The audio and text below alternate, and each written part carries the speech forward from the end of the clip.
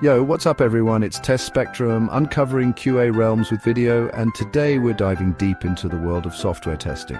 Now, if you're a developer, a product manager, or just someone who uses software, which is basically everyone, then you know how important quality is. We've all experienced those frustrating bugs and glitches that make us want to throw our devices out the window, am I right?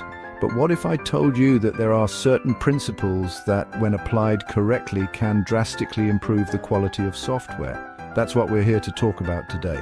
We're breaking down the 7 fundamental testing principles that every QA professional or anyone involved in software development needs to know. So, buckle up, smash that like button, and let's get right into it. First up, we're tackling a principle that's all about understanding the limits of testing. It's called testing shows the presence of defects. Testing is crucial, but it's not about achieving absolute perfection. Every bug you find is a win, but it doesn't mean you've caught them all. There could be more lurking in the code base. The key takeaway here is that testing helps us reduce the risk of those bugs impacting our users. All right. Moving on to our second principle, and this one might seem obvious, but trust me, it's crucial. It's the idea that exhaustive testing is impossible. Imagine you're building an app with different screen sizes, operating systems, network conditions, user inputs. The list goes on. Trying to test every single possible combination would be like trying to boil the ocean. So, what's the solution? Prioritization. Focus on high-risk features, critical user flows, and edge cases. Up next, we're talking about timing, because when it comes to software testing, early testing is crucial. The earlier we catch bugs, the easier and cheaper they are to fix. Imagine finding a critical flaw in your app's architecture after months of development. That's why we shift testing left, starting as early as possible, even during the requirements and design phases. It's all about prevention rather than cure. Now, let's talk about a phenomenon known as defect clustering. Defects tend to cluster together in certain areas of the code. Certain modules or features might be more prone to bugs than others. By recognizing these clusters, we can focus our testing efforts more effectively. If a particular module has a history of issues, we can allocate more resources to testing it thoroughly. It's about finding that sweet spot between focused testing and broader coverage. All right, let's talk about the pesticide paradox in software testing. If we keep running the same tests over and over again, eventually they become less effective at finding new bugs.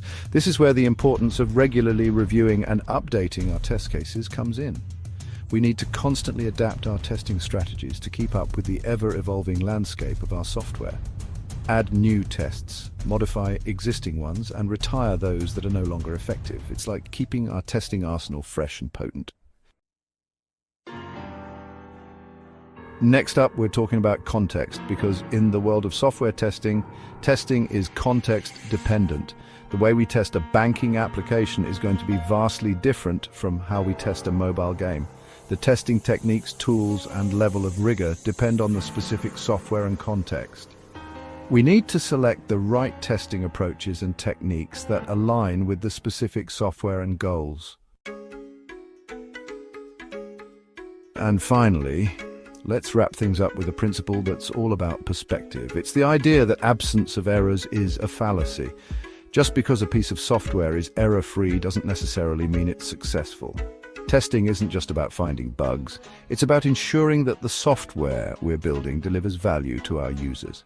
It's about understanding their needs and making sure that the product we deliver meets those expectations. So there you have it, 7 fundamental testing principles that every QA professional and software developer should live by. Remember, testing isn't just about finding bugs, it's about ensuring that we're building high-quality software that meets user needs and delivers value. By embracing these principles, we can shift our mindset from simply finding defects to proactively preventing them. If you found this video helpful, be sure to give it a thumbs up, hit that subscribe button for more QA insights, and share it with your fellow developers and testers. Until next time, keep testing, keep learning, and keep pushing the boundaries of software quality.